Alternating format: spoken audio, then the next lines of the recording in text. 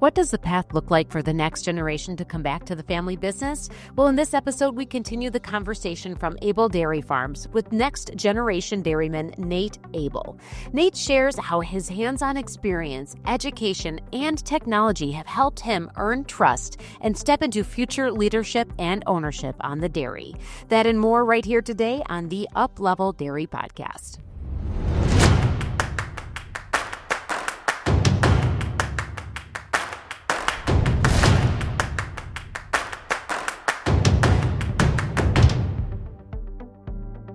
This episode is brought to you by Milc Group. Milc Group is a dairy software company that brings real-time actionable data to dairy farms around the world. They are dedicated to revolutionizing the dairy industry with their user-friendly cloud-based software.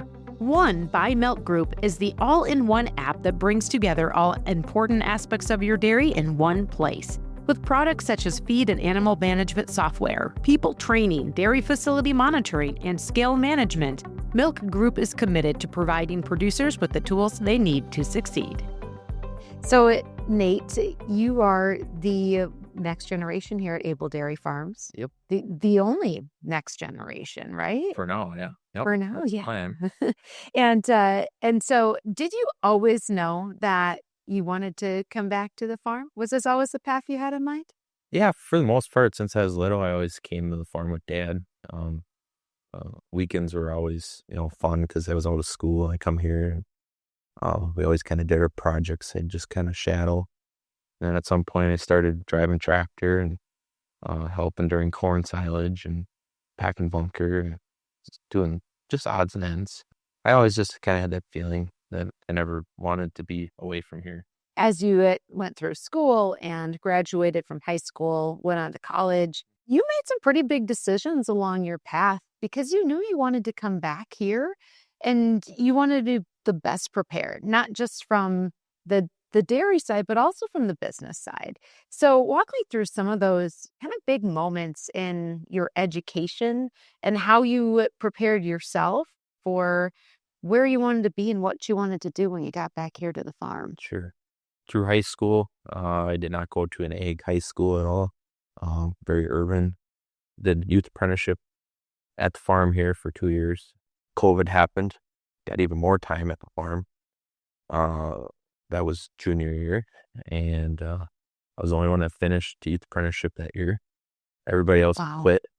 I got a phone call wondering if I wanted to keep going or else I'd just get a pass in it. And I'm like, no, I want the grade. So finished the year out and finished senior year.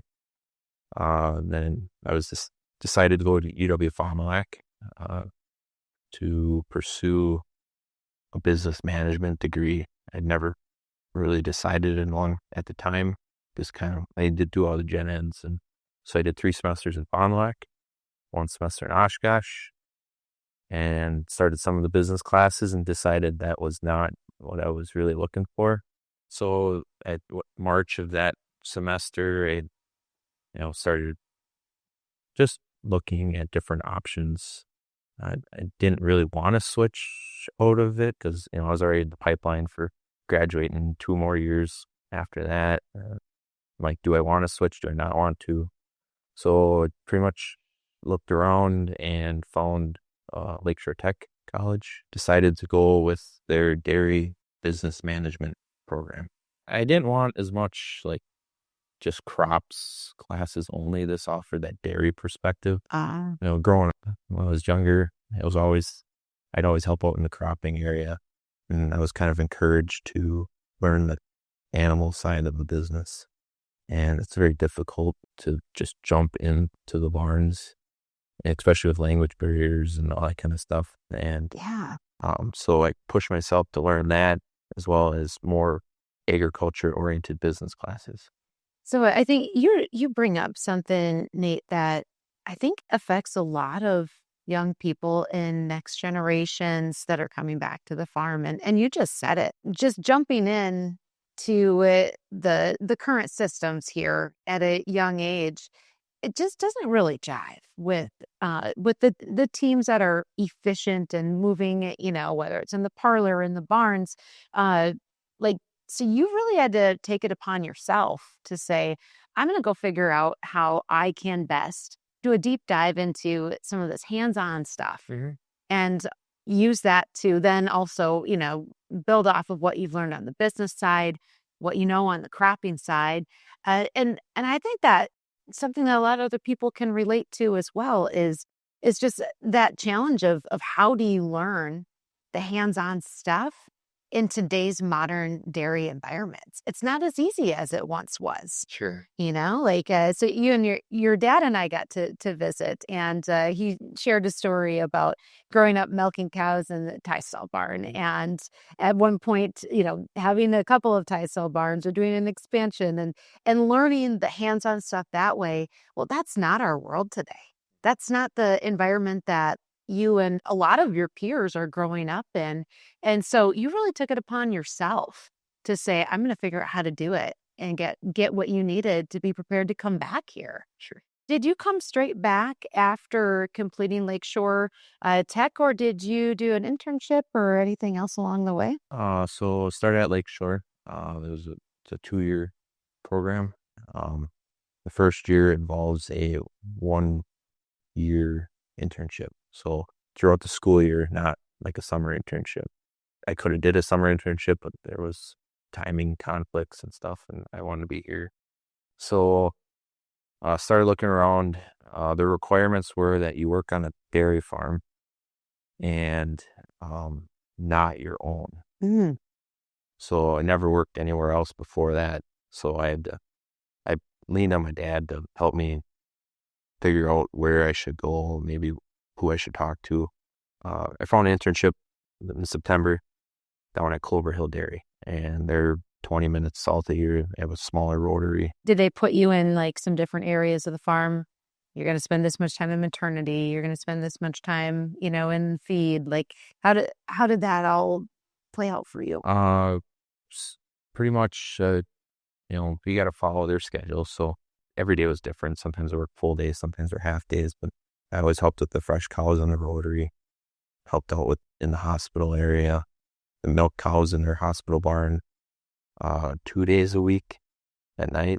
I kind of filled in if somebody was gone or something. So that was a pretty powerful internship. Yep. Yeah, I was glad I did it. It was very beneficial to me. It was for bringing ideas back to here and just understanding another job. It's pretty powerful. Yeah. You got to work for someone else who had a dairy, but different type of dairy. Correct. Very, very different. Robotic rotary is quite different. Same brand as what parlor that we have, but a totally different aspect. So I get to see a lot of their technology. So technology, you just mentioned that word. That's something that really interests you, isn't it? Yep. Yeah, and it has for quite some time. Sure. So tell me a little bit about how you've taken your interest in the technology side and integrated that into the dairy. Technology, out of high school, I was asked by my dad to supervise the installation of one feed software. Our technologies and our mixers were failing. It was time to upgrade. So we decided to switch everything, and I got put in charge of that. So you were in charge of installation and implementation. Correct. Yeah. So it sounds like installation, there was some things that you had to do, some bracket mounting, things like that. Yep. And you got that done probably fairly easily, it sounds like. And then there's implementation, and that means getting people up to speed, on board, and utilizing the system. Correct. So tell me about that process. Are there some different age ranges within the folks that feed cows here? Yep. At the time I was 18, our feed manager, he's probably late 50s, early 60s at the time. He,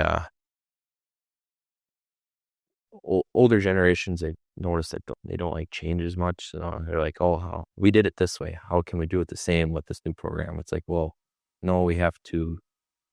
They redid this. We can't do it this way anymore. But you gotta like nudge them to, at least like try it.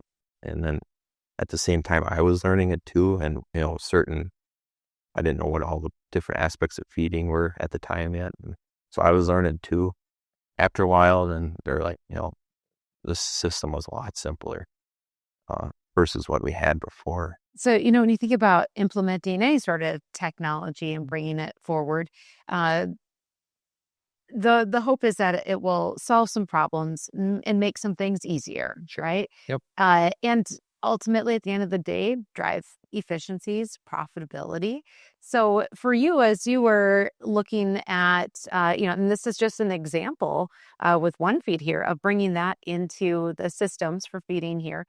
What were some of the results that now you can step back and say, wow, this is what we were able to achieve because of a change that you were able to bring forward through some technology? Big thing was accountability for the guys training.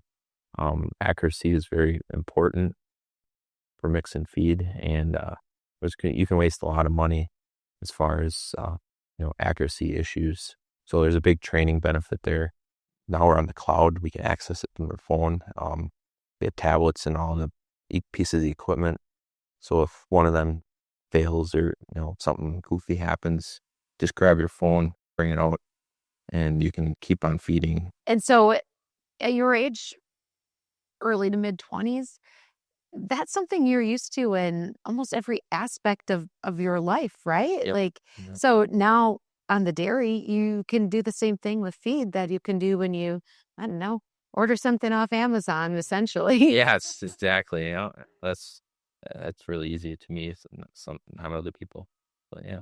So does that excite you as seeing more technologies that can come into the dairy? Yeah, with the expansion we had several more softwares, technologies that we've gained, trying to learn them at the same time and adjust things can take a lot of time, and that sometimes I have to step back and learn patience. Not everything is on the spot. You can change it right away. It takes a lot of time. So if you had to look at, again, you said there's been a lot of other advancements that you guys have implemented here. What else stands out in your mind as the game changers?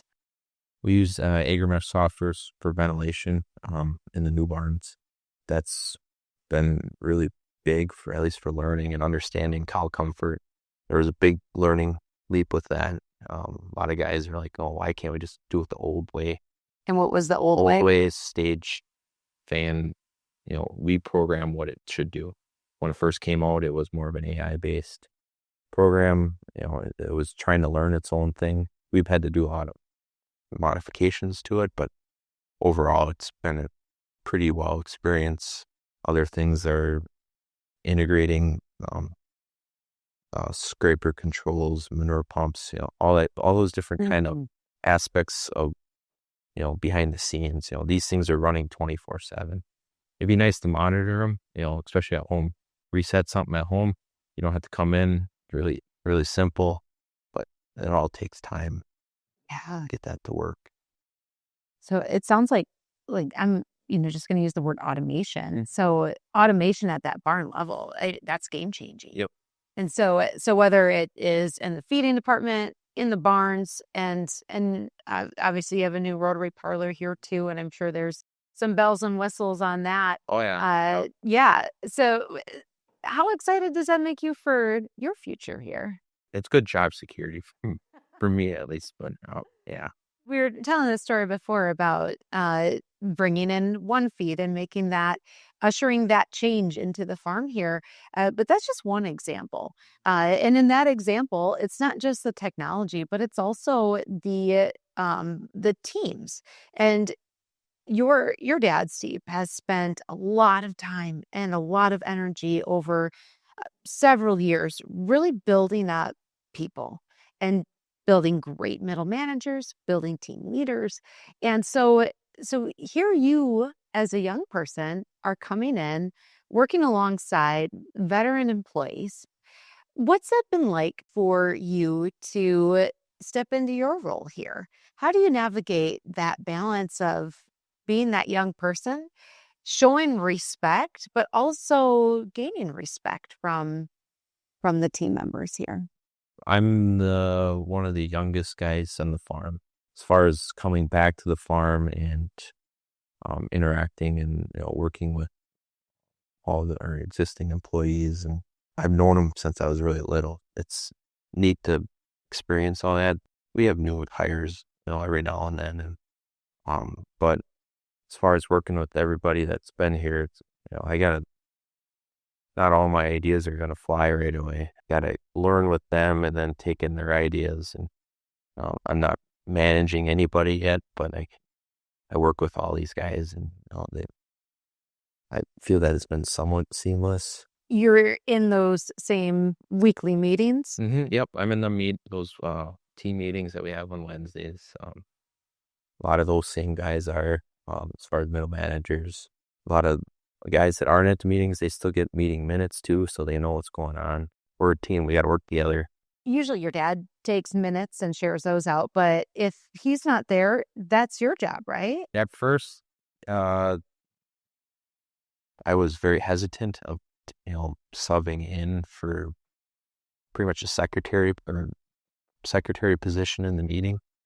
It gets me a little bit of that leadership experience that I still have to learn some of, and I'm always going to be learning every part of the business. So I feel a lot more well-rounded in the last couple of years with those meetings. So you get to learn on the leadership side. I want to tie in the tech side too. So as a young 20-something next gen, when you sit in on a meeting, how do you take notes? And is it different than your dad? I like using computers and your phone and all that, but sometimes just writing it down just makes it jive a little better. I was same in school. I was always taking more notes in notebooks and stuff. And he's kind of that way too. So I'm sure I get some of that from Dad.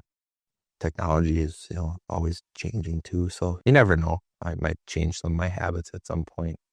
So let me ask you this again, as a young person that uses technology in a lot of ways, what are the things that you use like a Chat GPT for, or any sort of AI generator? I have lightly, but not. It was more for school stuff, for learning. Oh, for your assignments? Yeah. Sometimes you need an idea to spark. They're great for sparking them, but you got to filter through a lot of it. So when we, kind of talk about these skills that you are developing, and I want to just challenge you for a moment to think about what it's going to take for you to continue to grow in your role. As we talked about earlier, you are, as of today, the only next gen here at Abel Dairy Farms. And I'm curious for you, what do you believe are the most important skill sets and also mindsets that it's going to take to move this farm forward?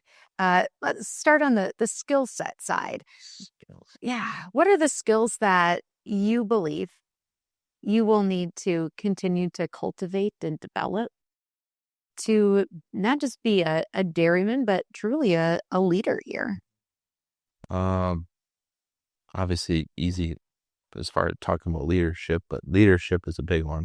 Patience, another big one. Not everybody's at the same level that you are, or same speed. Yeah, those are probably the two bigger ones. But willing to learn. We're never done learning. I've acknowledged that. And so you're going to keep challenging yourself to learn more, even at the end of the day when you leave the farm, to keep on learning? Correct, yeah. All right. So Nate, I gave you and your dad each the same challenge when we were preparing for these conversations. Sure. I asked your dad to put together a question that he would like me to ask you, and you had done the same for him. And so here's the question that your dad has for you. Is there something that you think this dairy should be doing differently to make yourselves better in the future? We have a lot of community presence. We're very close to Eden. In order for future growth, and for me and the farm and everybody else, and we have to ensure that we'll still be here in the future. So being a part of your community and explaining why, I think, is probably one of the bigger parts in answering that. Did that really stick with you, that there's so much opportunity to integrate more of what you're doing, why you're doing it within the community? I mean, because otherwise, if you're not doing it, school's not doing it, right? Yep. Like that responsibility falls on whoever's going to step up to the plate. Sure. Yeah. Is that kind of where some of that comes from for you? I think so. I didn't have a lot of egg friends throughout school or younger myself. Like we did breakfast on the farm before I was born. The farm prior estate is so there's a lot of teaching that needs to happen for the community members about what goes on here and why we do it. We're not trying to harm anybody, or we're a family business that's wants to be part of the same community that they live in, and a lot of people don't really understand that. So I kind of wish they did. So what do you think your role is in that?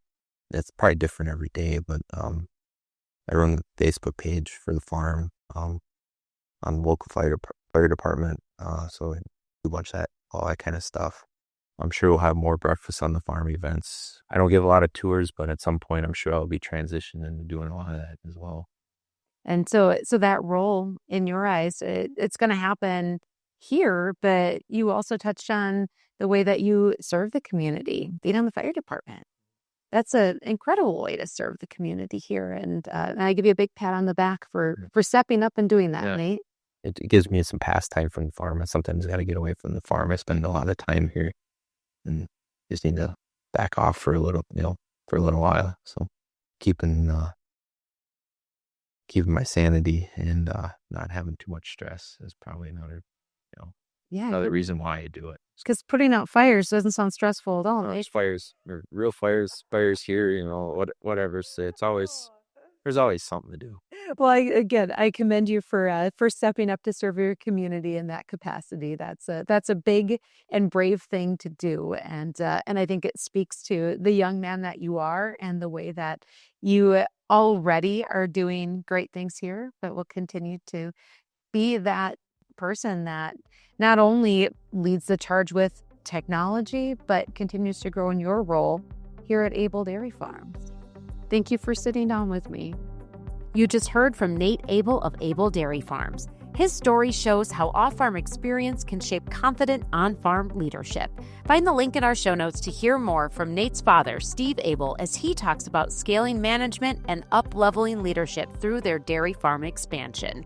I'm Peggy Coffeen, and thanks for listening to the Uplevel Dairy Podcast. Don't forget to follow, rate, and share wherever you get your podcasts. And until next time, keep on growing, keep on learning, and up-leveling your dairy. This episode is brought to you by Milc Group. Milc Group is a dairy software company that brings real-time actionable data to dairy farms around the world. They are dedicated to revolutionizing the dairy industry with their user-friendly cloud-based software. One by Milc Group is the all-in-one app that brings together all important aspects of your dairy in one place. With products such as feed and animal management software, people training, dairy facility monitoring, and scale management, Milc Group is committed to providing producers with the tools they need to succeed.